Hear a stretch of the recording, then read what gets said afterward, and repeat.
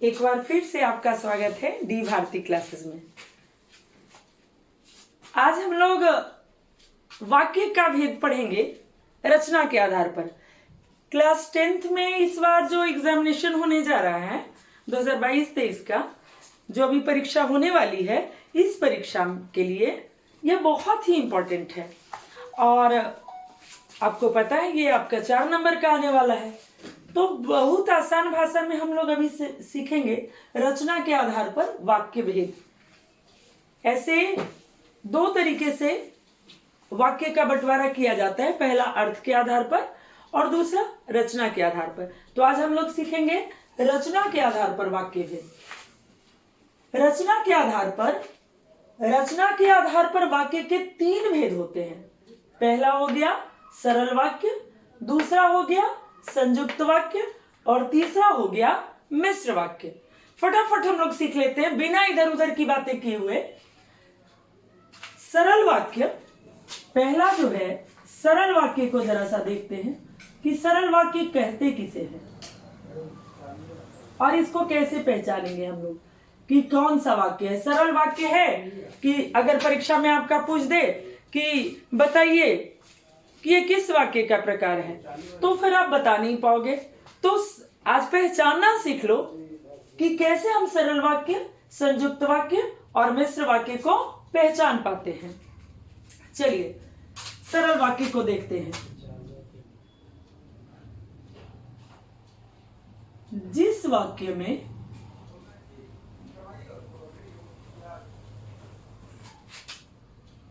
एक मुख्य क्रिया हो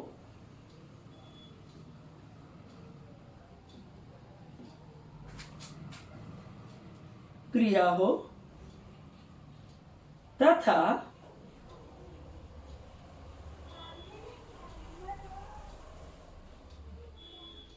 एक या एक से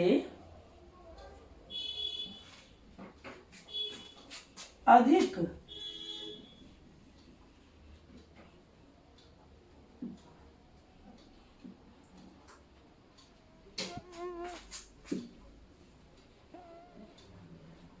करता हो उसे सरल या साधारण वाक्य कहते हैं। सरल वाक्य कहते हैं।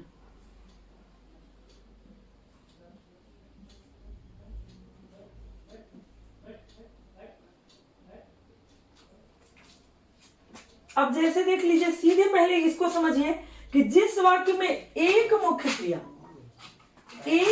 क्रिया हो, एकदम से पहली पहचान की इसमें एक ही मुख्य क्रिया होने वाली है और कर्ता जो है एक या एक से अधिक हो सकते हैं। कर्ता कोई जरूरी नहीं कि एक ही हो। राम आम खाता है तो बस राम आम खाता है, हो सकता है राम और मोहन आम खाते हैं। तो कर्ता एक ही रहे इसकी कोई गारंटी नहीं है, पर मुख्य क्रिया एक ही होगी। कर्ता एक या एक से अधिक हो सकते हैं, पर क्रिया जो है सिर्फ और सिर्फ एक ही मुख्य क्रिया होगी। और ऐसे वाक्य को हम लोग सरल वाक्य कहते हैं। जैसे राम पढ़ता है,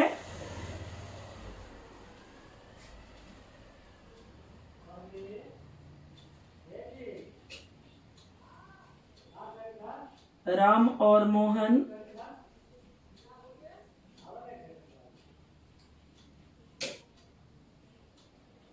पढ़ते हैं।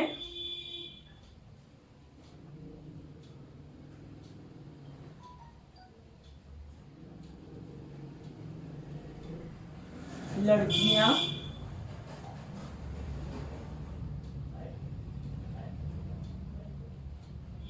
गीत गा रही हैं,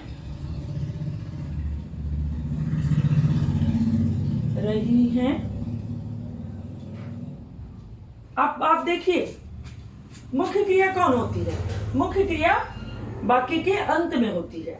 तो आप यहां देख सकते हो कि राम यहां पर एक करता है और पढ़ता है, एक क्रिया है, एक मुख्य क्रिया है।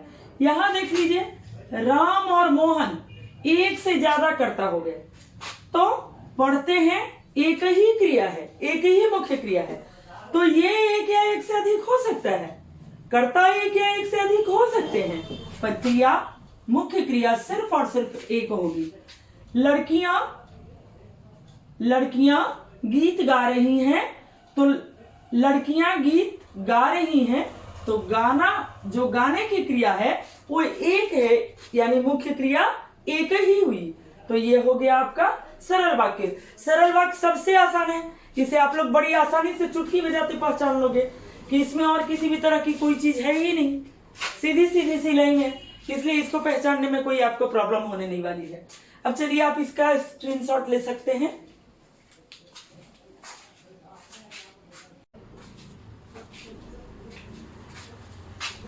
रचना के आधार पर जो दूसरा भेद है आपका, वो है मिश्र वाक्य, संयुक्त वाक्य।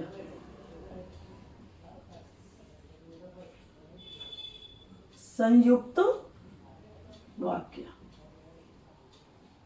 अब देखिए, उसमें हम लोगों ने क्या पढ़ा था, कर्ता एक हो या अनेक हो कोई फर्क नहीं पड़ने वाला है, पर क्रिया जो है, मुख्य क्रिया जो है सिर्फ एक होनी चाहिए। इसमें वो बातें बदल जाएंगी। मुख्य क्रिया, संयुक्त वाक्य में मुख्य क्रिया भी दो या दो से अधिक हो सकते हैं। तो संयुक्त वाक्य कैसे वाक्य कहलाते हैं भाई, जरा इसको देख लीजिए।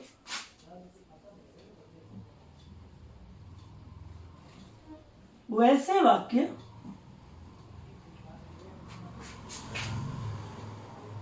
जिसमें दो या दो से अधिक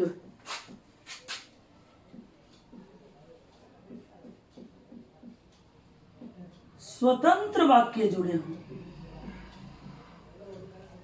स्वतंत्र वाक्य संयोजक द्वारा जुड़े हों। संयोजक माने कंजंक्शन, जिसको अंग्रेजी में कंजंक्शन पढ़ते हैं। संयोजक द्वारा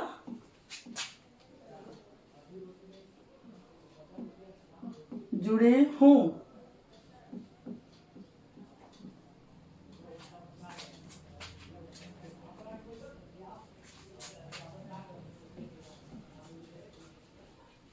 संयुक्त वाक्य कहलाते हैं।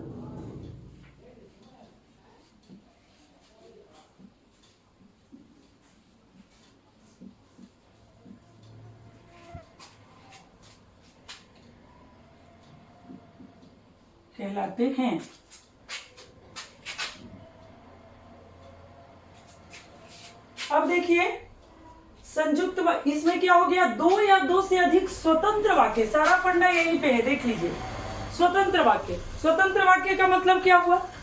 स्वतंत्र वाक्य का मतलब कि जैसे आपने अभी अभी सरल वाक्य पढ़ा, तो सरल वाक्य में एक कर्ता या एक से अधिक कर्ता और उसका एक स्वतंत्र एक मुख्य क्रिया होती थी। यहां पर क्या है कि एक या एक से अधिक वाक्य ही होंगे, और जितने भी वाक्य होंगे, एक वाक्य हो, दो वाक्य हो, कितने भी वाक्य हो, संयोजक द्वारा जुड़े रहें, और जितने भी वाक्य जुड़े रहें सबका अलग अलग अर्थ स्वतंत्र रूप से निकलता हो, तो ऐसे वाक्य को हम संयुक्त वाक्य कहेंगे। अब इसको पहचानने के लिए भी ये जान लीजिए कि इसको पहचानेंगे कैसे। पहचान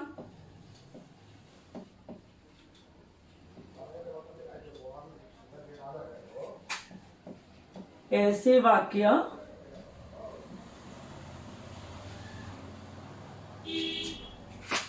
और अथवा या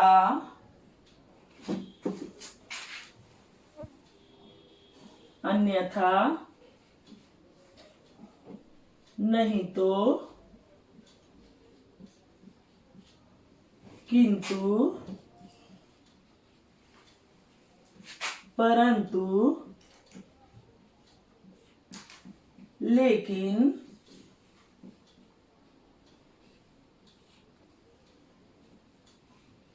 आदि, एक और दे देती हूं मैं यहां पे, इसलिए, ऐसे और बहुत सारे शब्द, इसलिए, आदि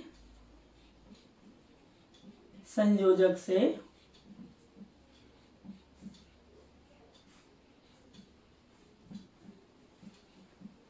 जुड़े होते हैं।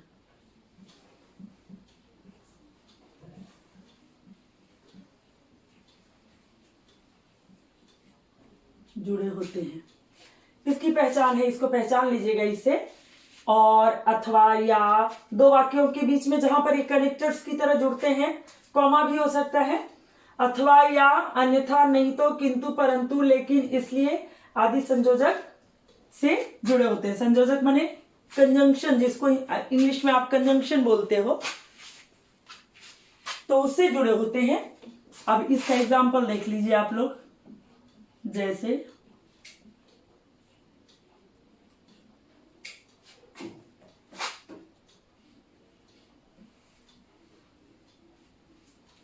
मैं पढ़ता हूं और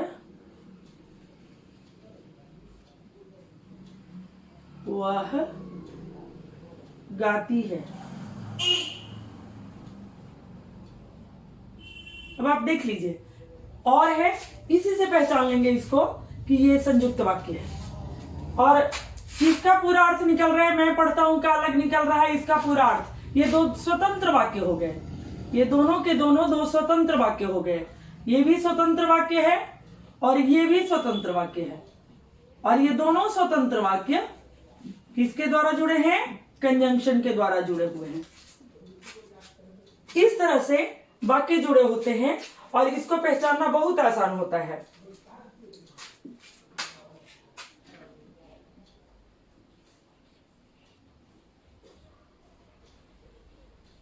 मेरा भाई अभियंता है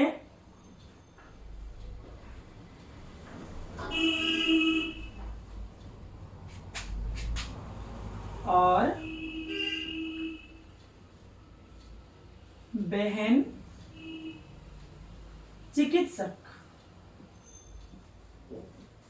चिकित्सक है। अब आप देखिए, यहां पर ये मत समझिएगा कि मेरी बहन दोबारा से क्यों नहीं आया, मेरा भाई के साथ मेरा आया, बहन के साथ मेरी बहन क्यों नहीं आया। कोई जरूर नहीं है, उससे अर्थ निकल जा रहा है। बहन चिकित्सक है मतलब जो बोलने वाला है उसका ही भाई, और जो बोलने वाला है उसकी ही बहन। इसलिए यहां पर मेरी लिखने की आवश्यकता नहीं है, लेकिन कंजंक्शन इससे जुड़ा हुआ है और जो है जुड़ा हुआ है। तो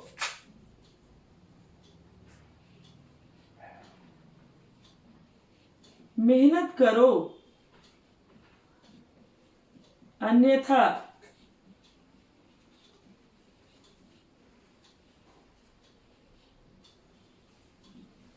परिणाम अच्छे नहीं होंगे।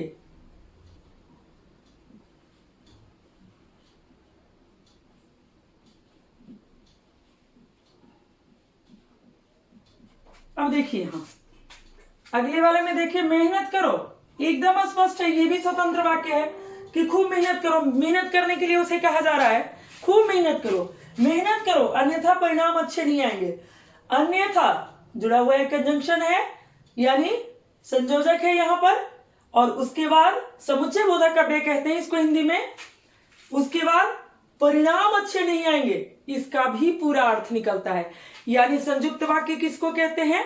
सरल वाक्य में क्या होता है? सीधे एक या एक से अधिक कर्ता और एक मुख्य क्रिया। इसमें जितने भी वाक्य हैं, दो या दो से अधिक सरल वाक्य जुड़े रह सकते हैं। इसको चेंज कर सकते हो, दो या दो से अधिक सरल वाक्य एक साथ जब आ जाएं तो संयुक्त वाक्य कहलाते हैं, या जिसमें दो या दो से अधिक स्वतंत्र वाक्य संयोजक द्वारा जुड़े हों उसको संयुक्त वाक्य कहते हैं। तो बहुत आसान है, और पहचानने का तरीका तो और इजी। और अन्यथा, अथवा, या नहीं तो, अन्यथा, किंतु, परंतु, लेकिन, इसलिए के द्वारा जुड़ा हुआ रहता है। तो मुझे लगता है अब आप इसे भी समझ गए होंगे। अब तीसरा बच गया, तब तक इसका आप लोग स्क्रीनशॉट ले लें।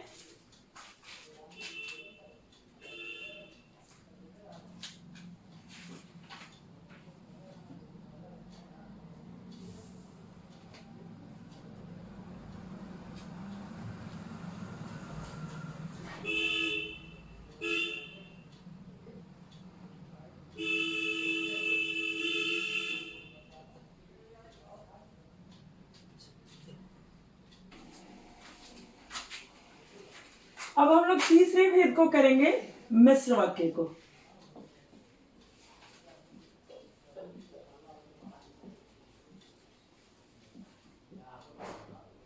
वह वाक्य जिसमें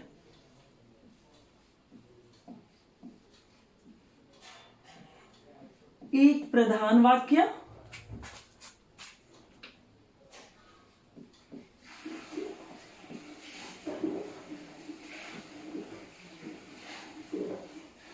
तथा एक या एक से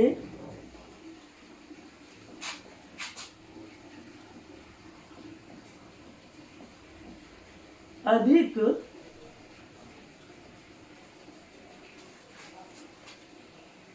उपवाक्य हो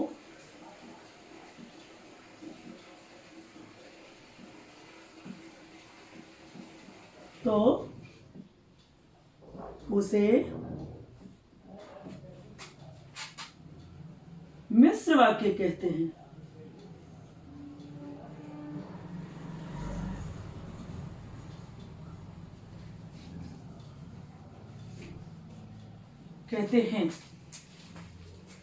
अब देखिए यहां पर, वह वाक्य जिसमें एक प्रधान वाक्य तथा एक या एक से अधिक उपवाक्य हो तो उसे मिश्र वाक्य कहते हैं। अब ये थोड़ा सा क्लाउज अगर आपने इंग्लिश में पढ़ा होगा तो बड़ा आसान है क्लाउज के आधार पर इसको समझना। एकदम क्लाउज का हिंदी जो होता है वो उपवाक्य होता है। तो एक प्रधान वाक्य यानी इसको ऐसे समझ लीजिए कि जिस वाक्य के बिना दूसरे वाक्य का अर्थ ना निकले, तो जिसके बिना अर्थ ना निकले वो हो गया प्रधान वाक्य, और जिसका अर्थ निकालना है वो हो गया उपवाक्य। अब चलिए मैं इसमें पहचानने का नियम लिख देती हूं कि पहचान इसकी लिख देती हूं मैं।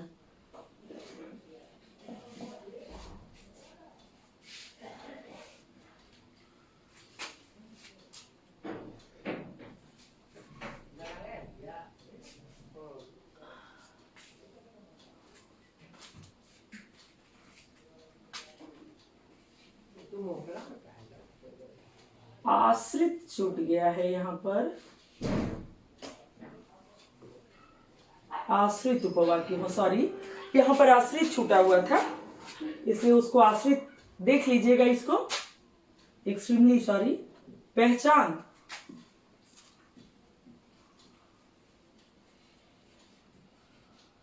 जब वाक्य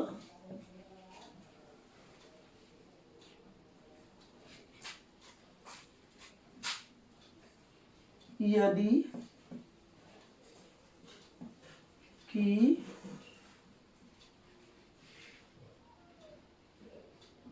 जब ज्यों जो सो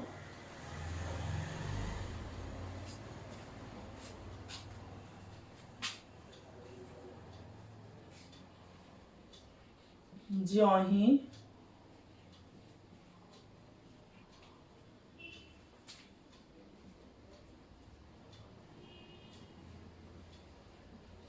आदि से जुड़ा हो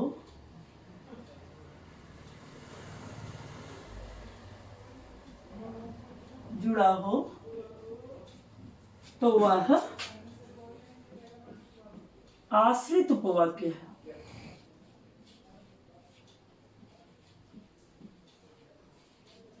देखिए कितना आसान हो गया पहचानना, अगर कह दे उपवाक्य है। अक्सर ये पूछ देता है कि बताइए कि इसमें कौन सा वाक्य प्रधान वाक्य है और कौन सा वाक्य आश्रित उपवाक्य है। तो आप प्रधान वाक्य को छोड़ो, सीधे सीधे देख लेना कि ये सब किसमें जुड़े हुए हैं, इस तरह के शब्द किसमें जुड़े हुए हैं। जिसमें ये इस तरह के शब्द जुड़े हुए होंगे वो वाक्य जो होगा वो आश्रित उपवाक्य होगा। यहाँ पर देख लीजिएगा जरा सा आश्रित छूटा हुआ था तो इसको आश्रित उपवाक्य, वह वाक्य जिसमें एक प्रधान वाक्य तथा एक या एक से अधिक आश्रित उपवाक्य हो उसे मिश्र वाक्य कहते हैं। जब वाक्य यदि कि जब ज्यों जो सो जो ही 2 बार हो गया है, रिपीटिशन हो गया इसका, आदि से जुड़ा हो तो आश्रित उपवाक्य है। तो वह आश्रित उपवाक्य है। तो पहले आश्रित उपवाक्य को पहचान लेना, प्रधान उपवाक्य अपने ही पता चल जाएगा। और सबसे बड़ी चीज है क्या कि प्रधान वाक्य के बिना, प्रधान उपवाक्य के बिना आश्रित उपवाक्य का तो कोई अर्थ ही नहीं बनता है। जैसे अगर मान लो यह सूर्य ही है, सूर्य ही है जो पूरब में उगता है।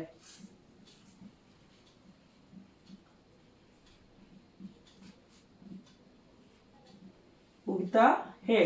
अब देख लीजिए इसके साथ क्या लगा हुआ है, जो लगा हुआ है, जो पूरब में उगता है। तो ये क्या हो गया, आश्रित उपवाक्य, आश्रित उपवाक्य।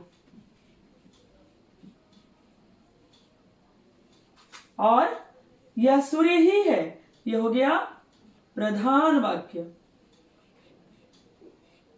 प्रधान उपवाक्य।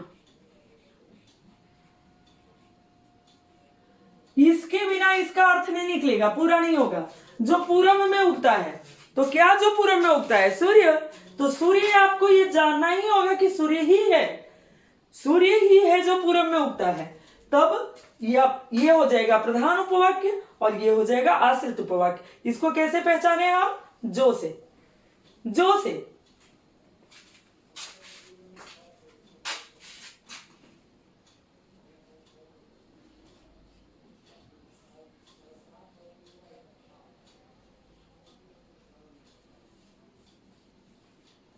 जो ही बारिश हुई,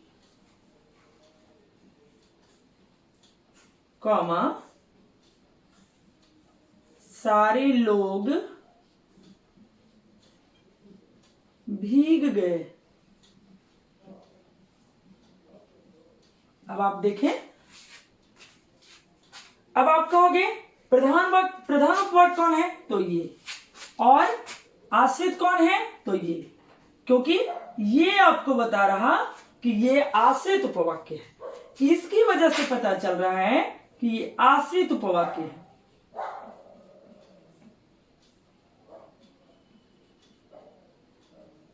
अब आप कहोगे जो ही बारिश हुई, तो क्या जो ही बारिश हुई, तो जो ही बारिश होने से कुछ पता चल रहा है थोड़ी। तो हमें ये पता करने के लिए, इससे थोड़े ही नहीं पता चलेगा कि जो ही बारिश हुई तो क्या हुआ। हो सकता है जो ही बारिश होने के बाद कुछ ऐसा होगा जो भर भरा के गिर जाएगा, मिट्टी का घर वो गिर जाए, लेकिन नहीं, इससे पता चला सारे लोग भीग गए। कब, जो ही बारिश हुई तो सारे लोग जो भीग गए, ये प्रधान वाक्य है, जो ही बारिश हुई। तो जो ही बारिश हुई ये हो जाएगा आपका आश्रित, इससे पहचान में आएगा। और सारे लोग भीग गए ये हो जाएगा आपका प्रधान उपवाक्य। बहुत आसान है समझना, और बस इसके साथ आप 4 मार्क्स आसानी से प्राप्त कर सकते हो। देखो कुछ है क्या इसमें, कुछ नहीं। अगर एक बार फिर से मैं रिवीजन करूं तो सरल वाक्य किसे कहते हैं, वैसा वाक्य जिसमें एक कर्ता या एक से अधिक कर्ता रहे पर सिर्फ और सिर्फ एक मुख्य क्रिया हो, वो क्या कहलाएगा, वो कहलाएगा सरल वाक्य। दूसरा संयुक्त वाक्य, तो संयुक्त वाक्य पहचानने का तरीका क्या है, छोड़ो बाकी सारी चीजों को, और अन्यथा, तथा, किंतु, परंतु, लेकिन, इसलिए, अन्यथा, तथा आदि से जुड़ा हुआ रहे तो वो संयुक्त वाक्य रहेगा। और जब जो ही, सो, जो, सो, कि, जब, यदि आदि से जुड़ा रहे तो यह वाक्य मिश्र वाक्य होगा। अगर आपको वीडियो अच्छा लग रहा है तो मेरा हौसला बढ़ाने के लिए आप लोग कम से कम लाइक, सब्सक्राइब और शेयर जरूर करो। ठीक है, धन्यवाद।